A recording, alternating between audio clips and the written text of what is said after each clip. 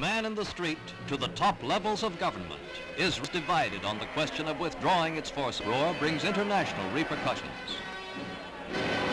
Mr. Ben-Gurion, in an effort to reach a decision and implement the end, dramatically, Ben-Gurion orders the withdrawal on his own authority. At once, the machinery is the tiny Gaza Strip, of international currents.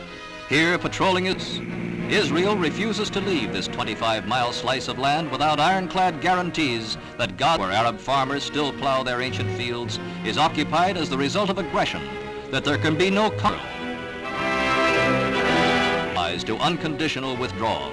And as life goes slowly on in the Gaza Strip, the wheels of world diplomacy begin to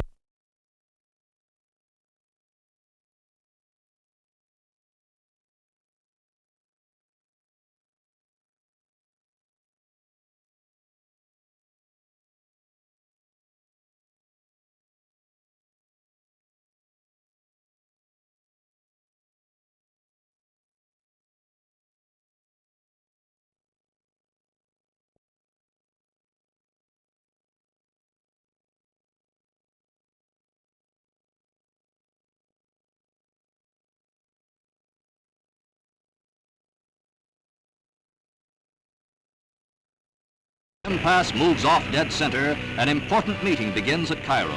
President al-Kawatli of Syria is welcomed warmly by Egypt's President Nasser. They head Arab nation talks to reevaluate the changing situation. An ocean away, another plane brings Premier Mollet of France to Washington, and a warm reception by Vice President Nixon and Secretary of State Dulles. Foremost objective of the French leader is to restore mutual top-level understanding toward the Mideast. This Mollet hopes to accomplish during 2 days of talks with President Eisenhower.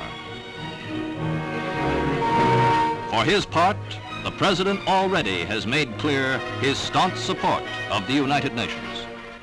We are approaching a fateful moment when either we must recognize that the United Nations is unable to restore peace in this area, or the United Nations must renew with increased vigor its efforts to bring about Israeli withdrawal. The United Nations must not fail. And so the spotlight turns toward the world body, where an immediate solution seems unlikely.